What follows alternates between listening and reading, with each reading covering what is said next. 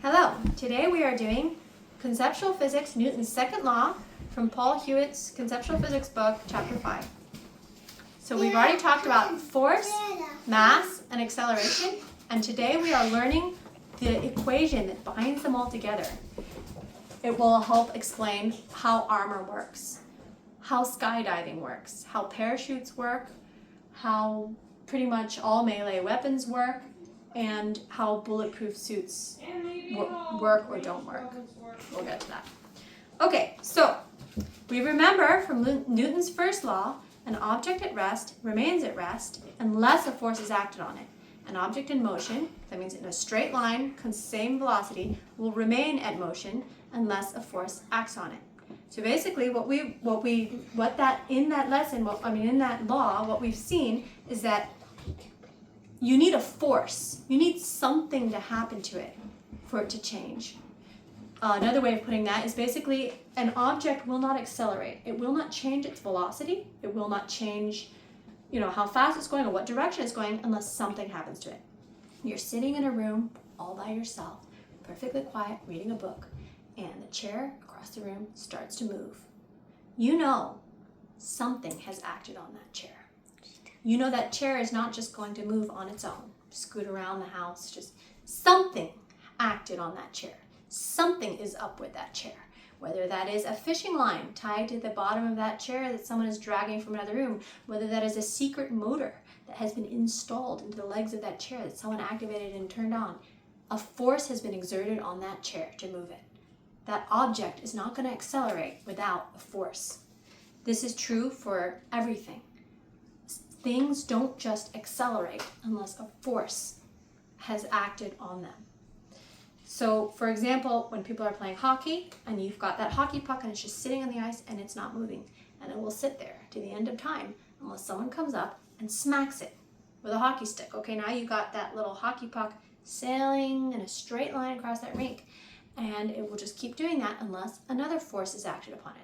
The other team comes and whacks that hockey puck and changes its velocity and its velocity, so its direction and its speed. It's changing its velocity.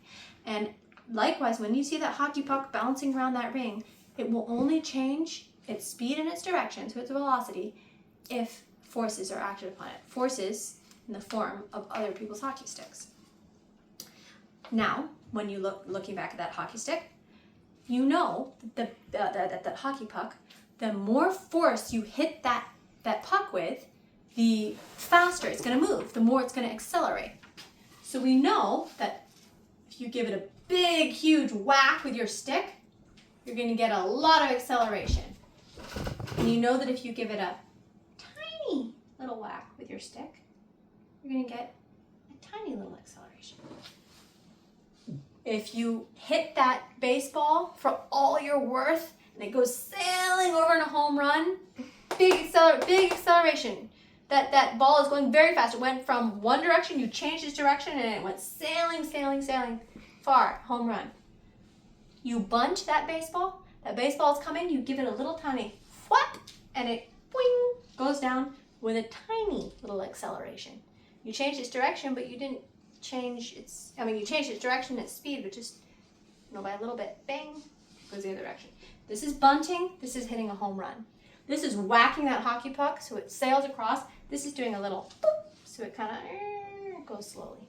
So we just know that the bigger force you give, the more acceleration you're getting. You can also think of it as when you step on the gas just a tiny little bit, you get a tiny little bit of acceleration. You step on that gas, pumping all that, chemical energy of the gas, through the burning and whatnot that's going on in your engine. You step on that gas really hard, letting in a lot of fuel into your tank, you're going to get a lot of acceleration, going up to 100 miles an hour. Do a little tiny bit, maybe you're going up to 5 miles an hour. The bigger the force, the bigger the acceleration. So this we know, we can say, we can tell that the relationship between force and acceleration is proportional. That means the bigger it's here, the bigger this is going to be. It is proportional. Okay, so now let's say, what do we know about the relationship between force and mass? Okay, so you're at the shop, you go shopping. I'm going grocery shopping. I've got the shopping cart. You're pushing the shopping cart along. It's empty. You can basically push it with one finger. You can, if you're irresponsible enough, you can run, and then just sort of jump up on the cart and go coasting. It's great. It's easy. You're having a great time with that cart. It's fun. Yeah. Now suppose you're going shopping for Thanksgiving and you loaded that cart up. I mean, it is so full you can barely mount. You're using the little thing underneath, trying to stuff things under. That thing is loaded. That cart is loaded. Now you're just pushing on that cart and you're just crawling along. Like, even if you gave it a really good push and jumped on it, you're not zooming across the aisle. You're going. So what's the difference? Well, you've got a lot more mass in that shopping cart. You've got your empty shopping cart, and you give it a push, a force, and you get a lot of acceleration, okay? Now we've got this shopping cart that's loaded up for Thanksgiving. Tons of stuff in here. And you give it that same little push with force, and you got a little bitty acceleration. Barely makes it like 5 feet before it just, I mean, there's friction, we'll get to that, but you know, a little acceleration. Big acceleration. So what's the difference? What is different about these two shopping carts? Well, this shopping cart has a lot of mass. The mass of like a turkey and all those cans and 5 gallons of milk and everything else you got in there. And this shopping cart actually has a little bit of mass. Why? Because it's empty. You just got the mass of the shopping cart. That's all you've got. So what we can see from our shopping cart example, is this still on the screen? Can you see this? What we see from our shopping cart example is that force, let's do it from acceleration. What we see from this example is that acceleration is proportional to the inverse of force. It's inversely proportional, it's late at night. The inverse, mass is inversely proportional to acceleration. So the shopping cart example, the bigger the mass, the smaller the acceleration. So when we want to show that those things are, the opposite of each other, not the opposite, sorry. When we want to show that the more mass we have, the smaller the acceleration, we put it, because this is showing us like divided by. So we put it underneath. This is called inversely proportional. This is proportional. The bigger this is, the bigger this is. The bigger this is, the smaller this is. We see like the more we fill that, this is dividing this. So let's say, our cart has, let's say our cart has like 100 kilos. Let's say our empty cart is 10 kilograms, okay? Then your acceleration here will be proportional to 0.1. 1 divided by 10. Now let's say that you load up your cart, you've got 100 kilograms of stuff in your cart. Now your acceleration is much smaller, 0.01. See, so I'm saying this is inversely proportional. So now we can say we have figured out, using our shopping cart examples, we figured out that acceleration is inversely proportional to mass. The heavier that shopping cart is, the slower that the same amount of force is going to give it an acceleration. So here's another example. A bunch of kids are going to the park. A 5-year-old gets to pull a red wagon to the park. So they're going to the park. All the other kids are running on ahead. They want to go to the park. The 5-year-old is pulling the little red wagon. There's nobody in it. They get to the park. They've got a great time. Everyone has a great time. Everyone's tired. They want to go home now. All the other kids climb into the red wagon and say, okay, keep pulling the cart. You pulled it here. You can pull it back. So that little 5-year-old is holding on to the handle and is pulling and straining. And they're just going so slowly. Their acceleration is quite small. And you say, well, it's the same force. The force exerted is the same muscles of that same little 5-year-old using it. Like, you got the same force, but now the acceleration is so much less. And that's because the mass of that red wagon, the mass that the kid's pulling, is so much more. Well, how are you, if you want to come back from the park just as fast as you went to the park, let's say the mom is now going to help her 5-year-old and is helping pull that cart. Okay, now maybe you can get, now it's going the same acceleration, but why? Because you brought in a bigger force. And this brings us to Newton's second law. We can take this and we say, okay, we knew it was also, acceleration is also proportional to mass. So instead, we're going to combine these two and we're going to turn it into equals. The acceleration is the force divided by the mass. So here, let's just illustrate this with, can you get me a eraser, white eraser? Did you pause it, or is it not paused? So we have here Newton's second law. And we figured out from figuring out that the acceleration is proportional to the force and inversely proportional to the mass. So again, taking that example with the 5-year-old with her red wagon going with all the other kids to the park. Let's say this is the kid's this is the acceleration on the way to the park. This is the force of the 5-year-old. This is the mass of the red wagon. On the way there, this is the acceleration she got, okay? What happens on the way back from the park? Okay, so the way back to the park, when all the other kids climb into the car, the force is the same. We've got the same kid, okay? Same kid, same muscles pulling on that wagon. The mass is huge now because she's got, you know, like 4 other kids in that red wagon. Well, now what's going to happen? So you've got the same force. It's being divided by a much bigger number. What happens when you divide something by a much bigger number? You get a much smaller result. So now, you know, when she had this nice big acceleration on the way there, now it's a tiny little acceleration. And so now, what happens when the mom shows up and the mom says, "Okay, I'll help you. I'll help you pull this, kiddo." So now that we want to make the same acceleration we had before. Okay, so now we've got, because the mom is putting in a much bigger force. Sorry, so we've got the same. The mom brings a much bigger force. Or the same with the force, you know, pushing the shopping cart. Say this is you pushing the shopping cart. Let's say this is you pushing the shopping cart when it's empty. Okay? This is the acceleration you have. Now you load it up with all your Thanksgiving feast.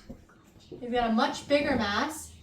You're gonna get, you get a much smaller acceleration. And now, if you want to have that big, fast acceleration with that loaded cart, you're going to need a lot more force. Yes, what's your question? So, is it possible? It's not possible to get an acceleration bigger than the force and mass, right? Huh? It's not possible to get acceleration bigger than force and mass, right? I mean, I'm just sort of drawing this funny, but I think I get what you're saying. So these are all related. Acceleration is measured in meters per second, okay?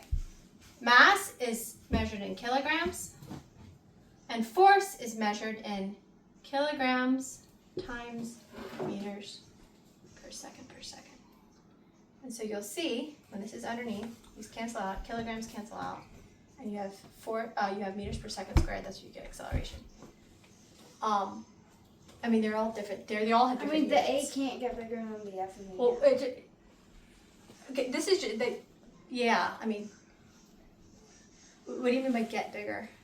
Because there's a little Okay, A. this is just how I'm drawing it. Okay. Because we're talking about real numbers here, but then they're not, you can't compare like just force and acceleration. Okay, yeah, that like makes sense. 1-to-1. That's apples and oranges, because you've got this in meters per second. You got that in kilograms per meters per second.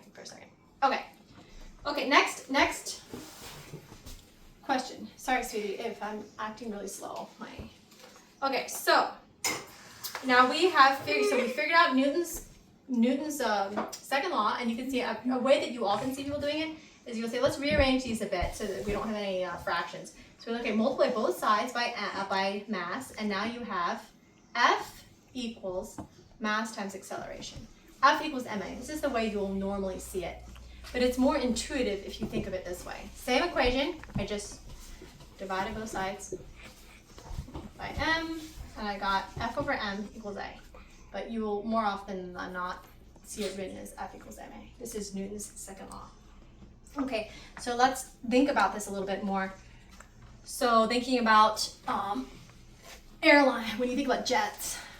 So when you think about jets and airplanes taking off, that's a lot of acceleration down the runway as they get up into the sky.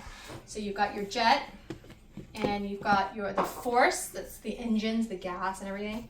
And this is the mass of the airplane. You can see the bigger the airplane, the more massive your jet, the more massive your airplane, the more force, the more gas, the more energy of your engines you're having to pump in to get that acceleration down the runway. That is the reason the Japanese made, during World War II, or right before World War II, the Japanese actually, their Japanese Zeros they were like, whoa, they can get amazing acceleration on these planes. And the reason was because what the Japanese did was they couldn't do a whole lot, but I think their engines, I might be wrong about this, but I think their engines weren't all that different than the American engines. But what they did is they just kept cutting their mass down smaller and smaller. And you see as you divide that F by a smaller M, you get a bigger A. So that's how you get a big A. It's not bigger than that. Yes, okay. Well, anyways, so what the Japanese Zeros did is they basically stripped down those planes. They had very, very little shielding, or very little. They said, I've heard it said that you could actually poke your finger through the side of one of those the aircraft. They had it just so thin. Something that you also see this with is sports cars, race cars, and like the NASCAR driving. Those cars are super, super flimsy. Why? Because they cut the mass way, way down so they can get crazy good acceleration on those sports cars. So you see that as a way you can use this physics thing to work for you, to where you're stuck with the same engine that you've got. You can get much better acceleration if you just keep shrinking your mass down. My sister was working a job, I think it was for Boeing, and it was for airplanes, and they were literally working on trying to make basically the flimsiest nuts and bolts, I shouldn't say flimsy, the least massive, the lightest nuts and bolts they could possibly make on their plane. Because the bulkier your plane is, the less acceleration you get, or the more force, the more gas mileage and whatnot you got to pump in. So what they were doing, trying to shrink this to get that better acceleration, they were designing nuts and bolts that were like hollow, or like they were trying to figure out what is the least amount of metal we can use to make something that works but isn't extra weight. It's going to take, cut down our acceleration, or we're going to have to pump in extra, gas and whatnot to get it to work. This is the reason that driving around with like a bunch of cinder blocks in your trunk will absolutely kill your gas mileage. Because if you have a bunch of cinder blocks in your trunk, ask me how I know. If you have a bunch of cinder blocks in your trunk, this thing gets huge, and you can say, okay, now your acceleration gets a lot smaller, but what your car will usually do was the engine will work harder, so it'll get more, but what this is doing is burning through your gas much, much faster to try to still hit that, 60 miles an hour. As you're pushing down on your gas pedal, you're pumping more and more gas in. So this is why they say take all the junk out of your trunk, take all the, random stuff that you packed in there because you were moving something, or because you're trying to remodel your house, or whatever you're doing. Don't just leave it there. It will absolutely kill your gas mileage. Okay, so now we're going to revisit that example from last lecture, if you remember, where I was a teenager sweeping the floor, and my mom had a bucket of wheat berries, and I thought it was a full bucket of wheat berries, and I was trying to sweep there, so I just kicked the bucket to get it out of my way, and it goes flying across the room because it was actually empty, or had very little in it. I thought it was full. And what we have in that situation is that this is the force, this is the mass I thought it had. So I calculated, you do this all the time if you're doing sports, if you're sweeping the floor, if you're doing anything, moving objects in the physical world, your brain is subconsciously doing physics calculations with this. So my brain said, I want it to accelerate, 2 meters per second, I want it to accelerate a certain distance to get, to get away from me so I could sweep this area of the floor. And in my brain, I thought, okay, it's got a mass of this big, so I'm going to give it, say, a force of this big to get an acceleration of this big.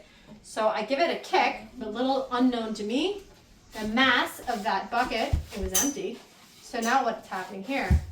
I got a big acceleration. And it goes flying across the room and hits the wall. All right, so now we have this beautiful equation here that explains so many things about, how much force you give something. It's sports. This is like what you do all the time in baseball or whatever. And when you're deciding how hard to hit anything, you're always doing this calculation. Okay, but now we're going to bring it more into the real world and talk about friction. So, we often say stuff like, if you things fall at the same speed, you can drop a feather and a weight, and they will drop at the same speed in free fall. Galileo's famous leaning tower of Pisa experiment is you had this leaning tower. This is the perfect place to try to drop something because you get a nice little, it's not going to hit all the windowsills on the way down. So he's here and he drops, I think it was what did he drop? A lightweight and a heavyweight, I think. Now, according to the theory is that the heavier thing is going to fall faster because the earth will attract it harder. But nope, they hit the same time. And he proved that things fall at the same rate. You know, their Earth pulls on them So the what's same the rate. rate? That is the rate. Well, the acceleration is g, which is 9.8 meters per second, but If one for this thing's class, we're just heavier, gonna call why it 10. doesn't it fall faster? We're going to get to that. Why doesn't it fall faster? Okay. Yeah. Now, if you try this experiment at home and you pick up a weight and a feather, your feather's going to be doing do, and your weight is smashed to the ground. And you go, well, that's not true. The reason it looks like it's not true is because your feather has hit its terminal velocity. Your feather has air resistance. We will get to that more. I realized I actually want to, well, we may as well do that now. We'll get to more later. Okay, so back to friction. So what is friction? Friction is many, many collisions. Or let me think of it this way. Okay, if you've got two surfaces rubbing against each other, the more friction they have, you can imagine, you've got like a Velcro, and imagine you've got these, these rough surfaces pushing against each other. There's collision. As you are moving that thing across, you feel like the things. Anyone who's gotten a rug burn, you're running across one of those awful built into industrial carpets, and you fall down, and you're skinning across, and your bare knee just gets skinned and is bleeding on that carpet because you can feel it. All those collisions are just peeling the skin off like a cheese grater off your knee. Now, Which is why you should wear jeans to protect your Now, knees. supposing you're suppose you're running in an ice skating rink, or you fall down an ice skating rink, and you go sliding across the ice with your knee on the ice. Your knee will be cold, but it's not going to be as chewed up as if it was, hitting all the, unless it's like really chopped up ice that's kind of rough. And anyways, but like you'll just slide. Or say if you are on a, if you run and you fall and your knee goes sliding across the linoleum kitchen floor, it's not going to do a smooth floor. It's not going to, because why? Because you think about it, there's a lot less collisions. If you've got a surface that looks like this, okay, there's a collision there. Say if you've got a perfectly smooth surface, it can be sliding across with almost like no collisions. But if you look way down the microscope, friction is all those collisions, all those things ramming together. You can kind of think of it, if you zoom in an electronic microscope, and you see the surface of something, and it looks like two pieces of Velcro, and you're trying to just do it for fun. I tried this once. You take two pieces of Velcro, and you just start trying to see how fast can I slide these things across each other, and they're just like sticking to each other, and you're just like pulling it through to see what will happen. That is a lot of friction, okay? Where now you take two pieces of metal, and you rub them against each other, and that's way easier, because they're very smooth, they're very slippery. Like our hands. So hold on. So one of the ways. It goes like this. Okay, we're not doing that right now. Okay. So what do we do? Example is that one of the purposes of the dividers on the sides of roads and highways is to try to have as much friction as they can, because they're trying to eat up all that energy of that careening car going in the wrong direction and use it up, hopefully, destroying the outside of the car, but not, having them smash full headlong into the oncoming traffic, or, you want to use up that energy as much as you can without killing the people in the car. You're trying to bleed off all that extra energy of that wayward car as much as you can to try to save the inhabitants inside the car. So what they used to use, and they sometimes still in older parts of the road and stuff you see, is that they would have these metal like guardrails on the side. And so the idea is, the car kind of veers off the road, it's hitting the guardrail, there's sparks flying, I'm sure you've seen it in movies, sparks flying as the car is like, wayward car is hitting that guardrail, and it's trying to slow the car down. Well, they found that those metal slippery guardrail against metal slippery side of the car is not really slowing it down a whole lot. So what they've mostly switched over is there's the bulletproof vest, right? Is they started now using this thing, like these concrete that looks like this, but it's wider at the bottom. And the reason is because as that car is veering out of control, its rubber tires are hitting the bottom of that guardrail, of that concrete. Concrete is very rough, as you know, it's very rough, and that the rubber of the car is being eaten up, scraped off onto that concrete, and that is more friction. It's bleeding off more of that energy of the car than the, shiny guardrail. Cars don't look like that. That's the front of the car. I'm looking at the front of the car. Okay. See? So another example of try kicking a hockey puck or a full tuna can. Try kicking it across the kitchen floor. You take a tuna can, you start kicking it across the kitchen floor, and it will just go coasting across the kitchen floor. Now you take, okay guys, stop, I'm giving a lecture, all right? Then you take a tuna can, and you put it on a carpet, okay? And you try to kick it with the same force that you kicked it in the kitchen, and see how far does it go. Well, probably chances are, like my daughter just did there, you can kick a tuna can completely across the kitchen floor. It'll just go with that same force. If you went somewhere with a deep, plush carpet, and you kick that tuna can, it's not going to go very far because friction, all those little collisions of the carpet against the surface of the tuna can is bleeding off that energy. So this is why we often talk about how fast something would be going, neglecting air resistance. Because air resistance is friction. Because solids aren't the only things that have friction. Fluids have friction. First you might say, well, how is that? Well, what is friction actually? On a molecular or a tiny level, we zoom in, look at that. On a very, very, looking in with a microscope, what's going on with friction? It's all collision. So you can think of it as like, the rough surfaces rubbing up against each other. Well, think about a fluid. Okay, if you've ever run in a pool. So I used to try to get exercise when I was a teenager. You go into a pool, it's about here, and you just start running. And as you'll quickly realize, as you're running in a pool, you can feel it. It is so much harder to run. It's so much harder to just get up to speed. It's easier to walk. Yeah, but we'll get to that. Why is it easier to walk in water, inside water? We're about to get to that. Why? What is slowing you down? It's your And if running. you trip, it's getting hard to get up. Well, anyways, what is... Also, what Mom, is, you can lift yourself let me up give the with lecture. your hands. Shh. Okay, so what is making it hard to run through water? Why is it so much easier to run through air than run through water? Well, what's going on there is as you are running, all those little particles of water, all those little water atoms are bumping into you. So you can sort of imagine it's like, like the hero running as he's being pelted by, projectiles. Rotten Tomatoes. Or whatever. As you're running, you're getting pushed back by all that stuff. So in a molecular level, all those water atoms are ramming into you, and you're running through them. The faster you run through the water, the more force, the more collisions you have per second. This is why if you are driving, or if hopefully you're not doing this while you're driving, while someone else is driving, and you're sitting in the passenger seat of the car, and you're going at 10 miles per hour, and you put your arm out the window, you won't feel very much.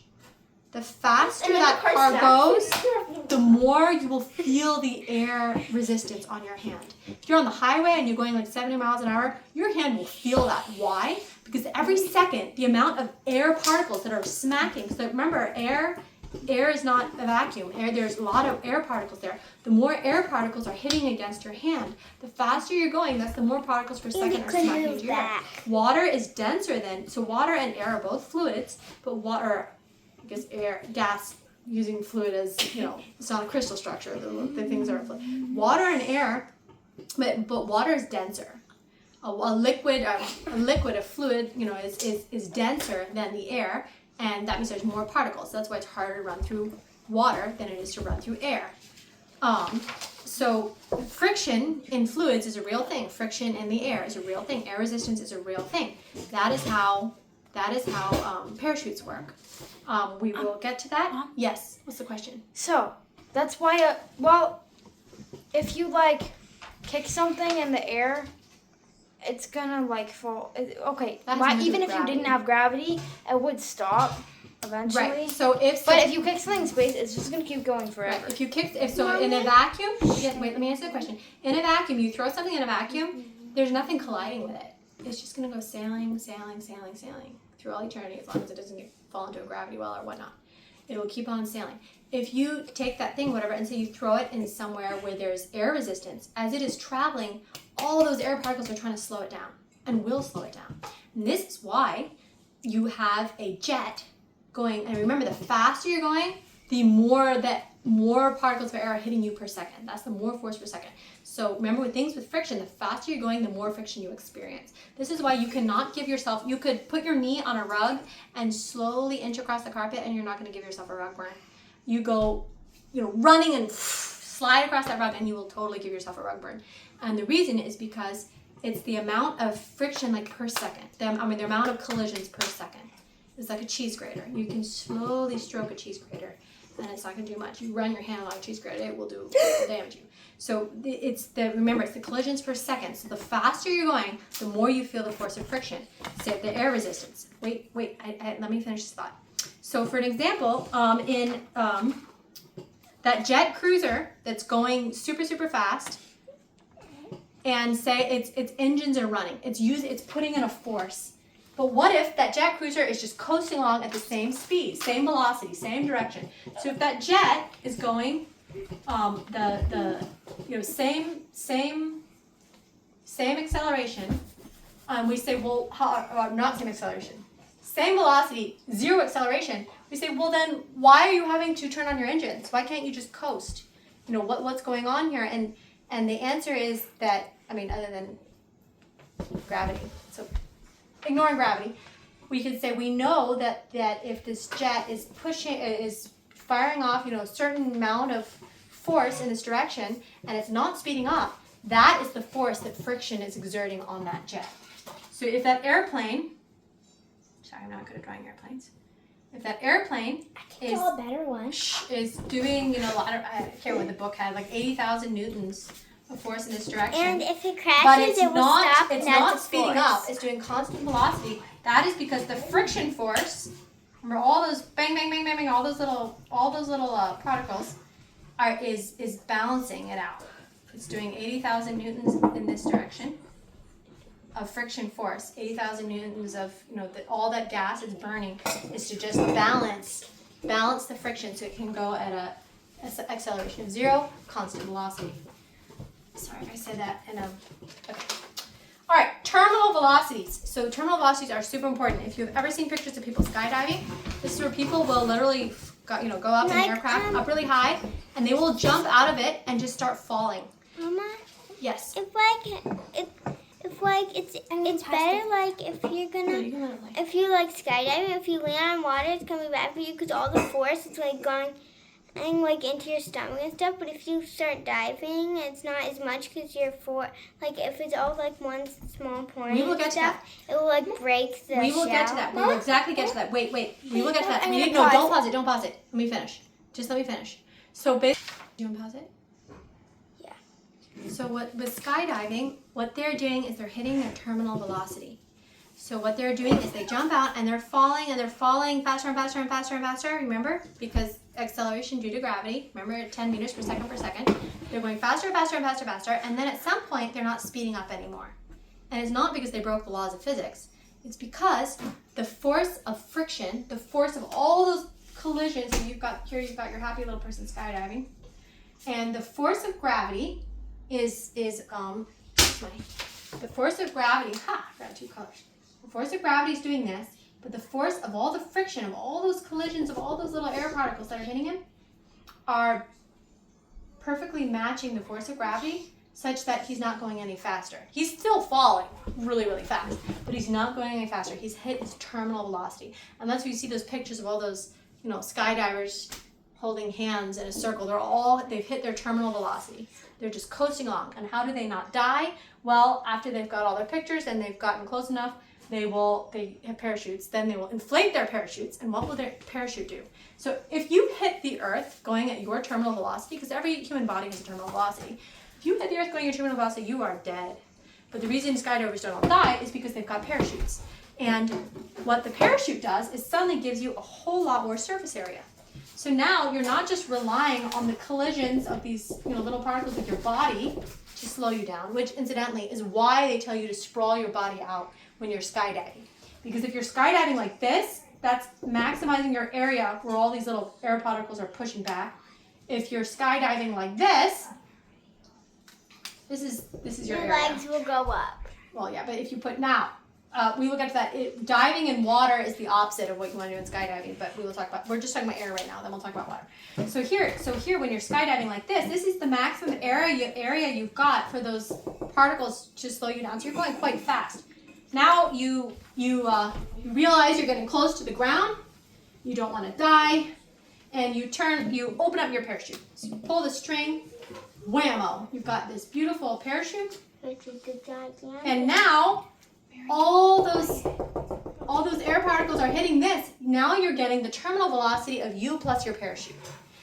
And as you can see, the bigger your parachute, the slower you're going to fall, because the sooner you'll reach the sooner you'll reach your terminal velocity, meaning as you're falling, like these guys are balancing gravity, they'll slow you down. You want a parachute that's big enough. Sometimes you hear sad stories of like if your parachute fails to open, then things don't look too good for you. Or if it has a hole in it. Or I guess if your parachute is letting air just escape through, they don't have to make those collisions, because then they can just, the air can, so you don't want your parachute to get a rip in it. That's why parachute material is usually quite light and strong. They want it to be quite strong. Okay, so Mom, on the side. As you can see though, if you have a little child in a parachute, they will hit their terminal velocity sooner, meaning they are not going as fast, because the amount when enough particles are hitting this to balance the force of gravity on them is less than if you had, say, an elephant tied to a human parachute. I don't know if an elephant would survive being tied to a human parachute. An elephant would need an elephant-sized parachute. The heavier you are, the more massive this person is, the more the force of gravity is pulling on them, the more air resistance you want to balance that. Okay, for them to hit their terminal velocity, because it's pulling them. Anyway, sorry.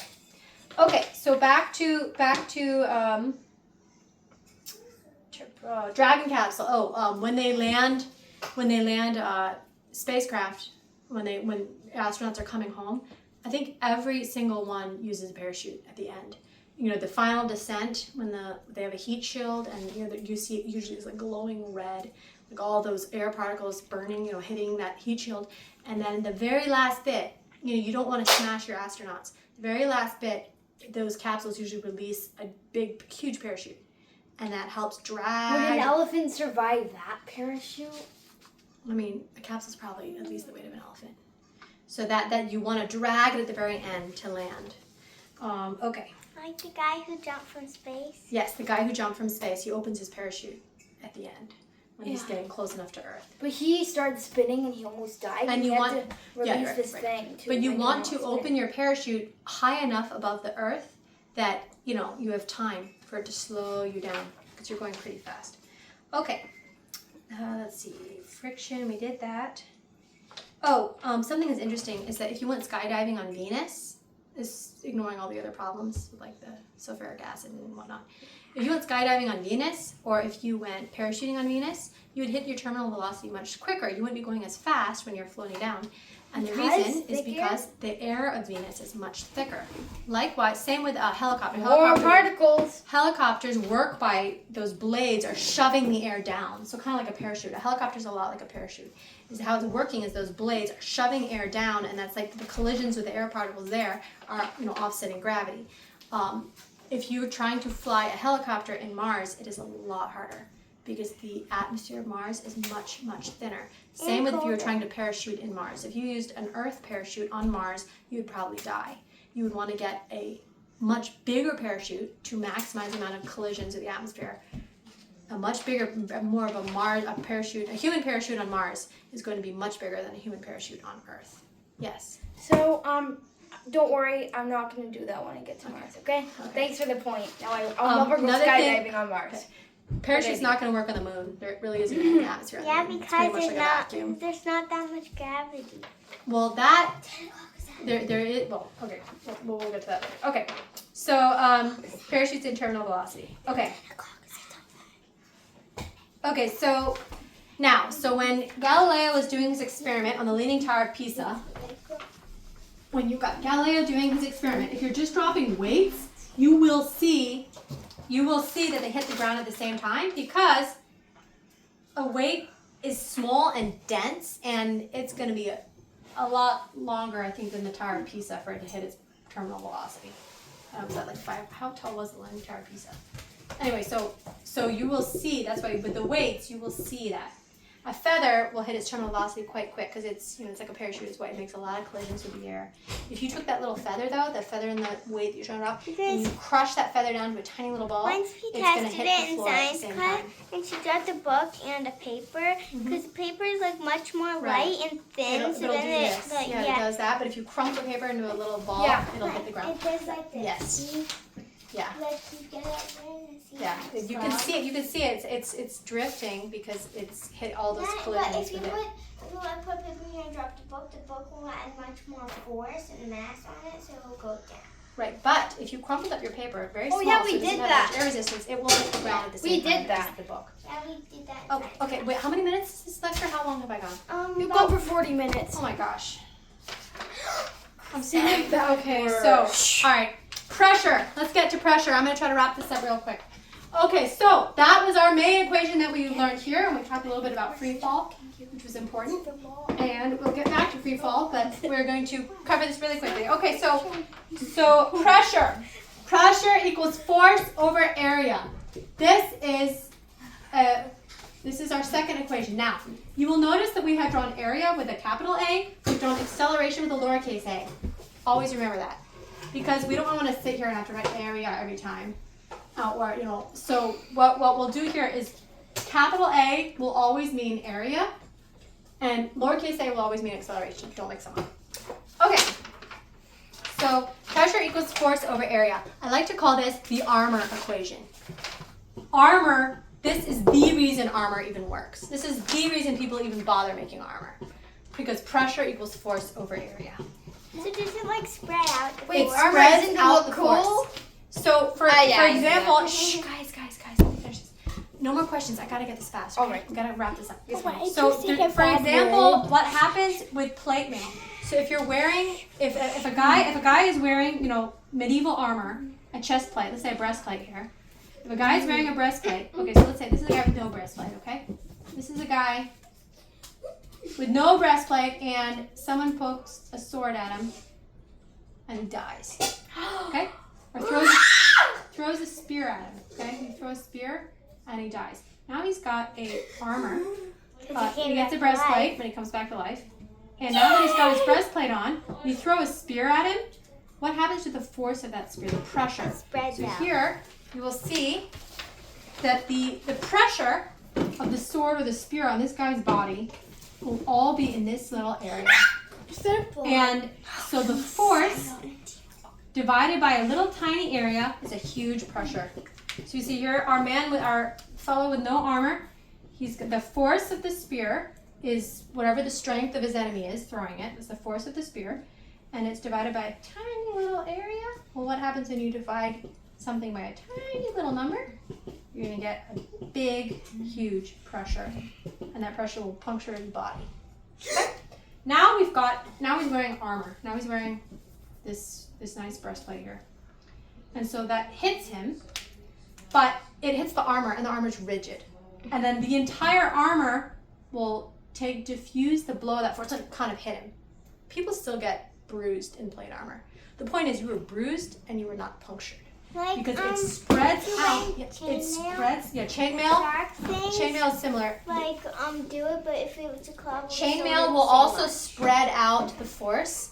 But as anyone knows who's tried wearing chainmail or tried wearing plate mail does it much more effectively, which is why plate mail ended up replacing chainmail, because it doesn't. You don't have as much flexibility, but it will dissipate the force much better. I mean, just imagine holding a metal plate to yourself and someone punching you. Okay, now you wear chainmail and someone punches you. I mean, you feel the difference because the chainmail is more flexible, but it would also not dissipate it quite as much.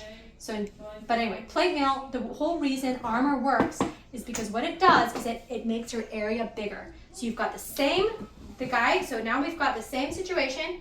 The same guy throws the same spear, so same F. Did I draw that bigger? It's supposed to be the same size as this guy. Now, his chainmail, oh wait, I do that acceleration after giving a little extra on that. So now this area is going to be bigger, and now you're going to get a much smaller pressure across his whole body, and he's not going to die. An example is, you can also think about it the other way. Oh, by the way, In a lot of Hollywood movies, when you see guys in plate mail and they like get stabbed through they get stabbed through their plate mail and swords go through it and axes. If it was that easy to cut through plate mail, nobody would wear it. If you want to see like a kind of effective demonstration, cut off his legs. Plate mail armor, yes. Mom, why do you cut off his Wait. legs? If you want to see an effective video of what plate mail look like, there's a cool movie. I think it's a 10-minute video on YouTube. It's called Night of Hope, and you have this one knight in nice plate mail taking on like 20 bandits who don't have nice plate mail because it was expensive and they're bandits. And it's a pretty cool movie. And he gets pretty beat up. You can know he's pretty beat up, but the armor works. The armor does what it's supposed to do. It diffuses the blows and the Does he things die? happen. Shh, wait. Okay, so the whole way armor works is diffusing that. So there's a guy on YouTube, it was a cool video where a guy, I think it was from like a John Wick movie. They said the guy has a suit, like a nice looking 3-piece suit that's made out of like Kevlar, and that when people shoot him, it doesn't kill him. So this guy says, I'm going to test that and see if it works. And so the guy gets Kevlar fabric and he puts it actually on something simulating a human. He doesn't try this on a human, obviously. And basically saying, how much can you diffuse the force of those bullets? So can you diffuse it enough with fabric, with just Kevlar fabric?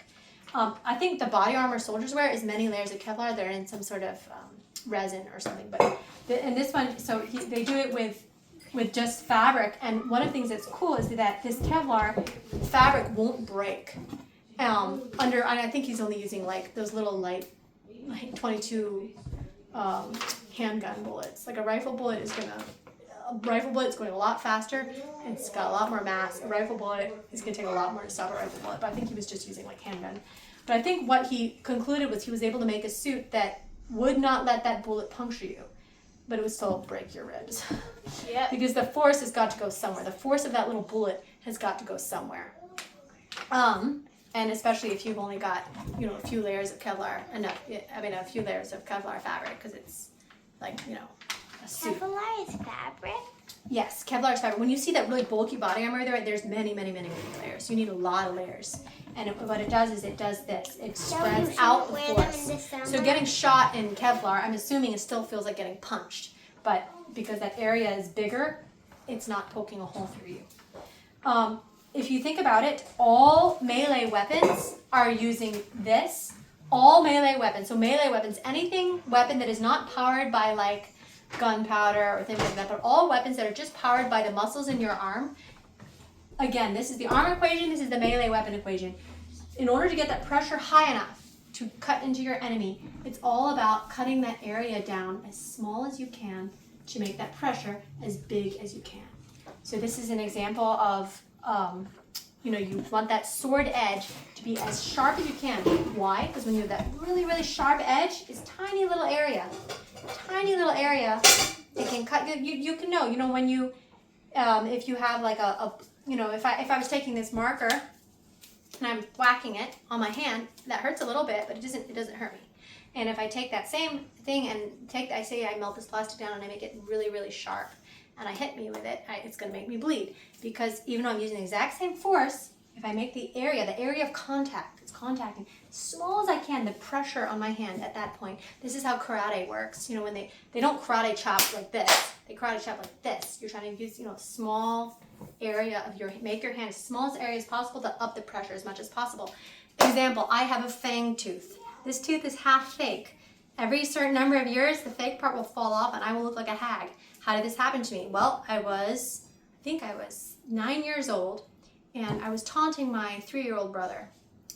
And I was mocking him, and he was getting really upset with me. And he was, half my size, so I was being pretty bad. And then, he picks up a empty Duplo bucket. He's a 3-year-old. He picks up an empty Duplo bucket. It is a tiny little bucket. That bucket probably doesn't even weigh a pound.